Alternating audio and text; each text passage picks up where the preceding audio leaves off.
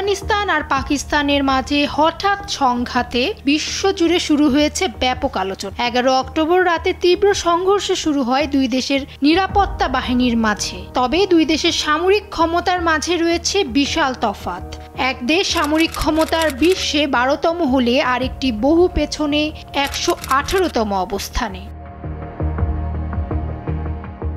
সম্প্রতি বিশ্ব সামরিক সক্ষমতা পর্যবেক্ষক সংস্থা গ্লোবাল ফায়ার পাওয়ার প্রকাশ করেছে নতুন প্রতিবেদন বলছে সামরিক সক্ষমতা, জনশক্তি, প্রতিরক্ষা বাজেট ও বিমান শক্তি এসব দিক থেকে দুই দেশের মাঝে রয়েছে বিশাল পার্থক্য।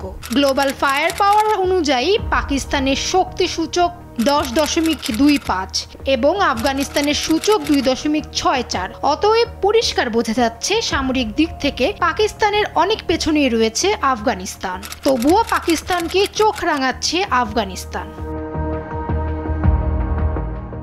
পাকিস্তানের সক্রিয় আধা সামরিক বাহিনীর সংখ্যা প্রায় 5 লাখ। অন্যদিকে আফগানিস্তানের সক্রিয় বা রিজার্ভ বাহিনীর সংখ্যা প্রায় শূন্যের কোঠায়। প্রশিক্ষণ ও আধুনিক অস্ত্র ব্যবহার করে পাকিস্তান আন্তর্জাতিক সহযোগিতা ও ন্যাটো সমর্থিত প্রশিক্ষণ পেয়েছে, যা আফগান বাহিনীর ক্ষেত্রে নেই।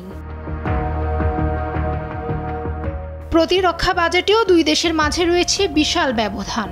প্রতিরক্ষা বাজেটে পাকিস্তানের বাজেট 7.64 বিলিয়ন মার্কিন ডলার, যেখানে আফগানিস্তানের বাজেট মাত্র 29 কোটি ডলার।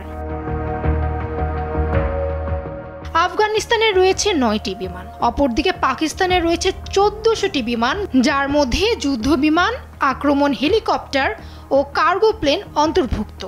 স্থলবাহিনীতেও অনেক এগিয়ে আছে পাকিস্তান। তাদের কাছে রয়েছে ট্যাঙ্ক, সাঁজোয়া যান, স্বচালিত আর্টিলারি ও রকেট সিস্টেম সহ আধুনিক অস্ত্রের বিস্তৃত ভান্ডার।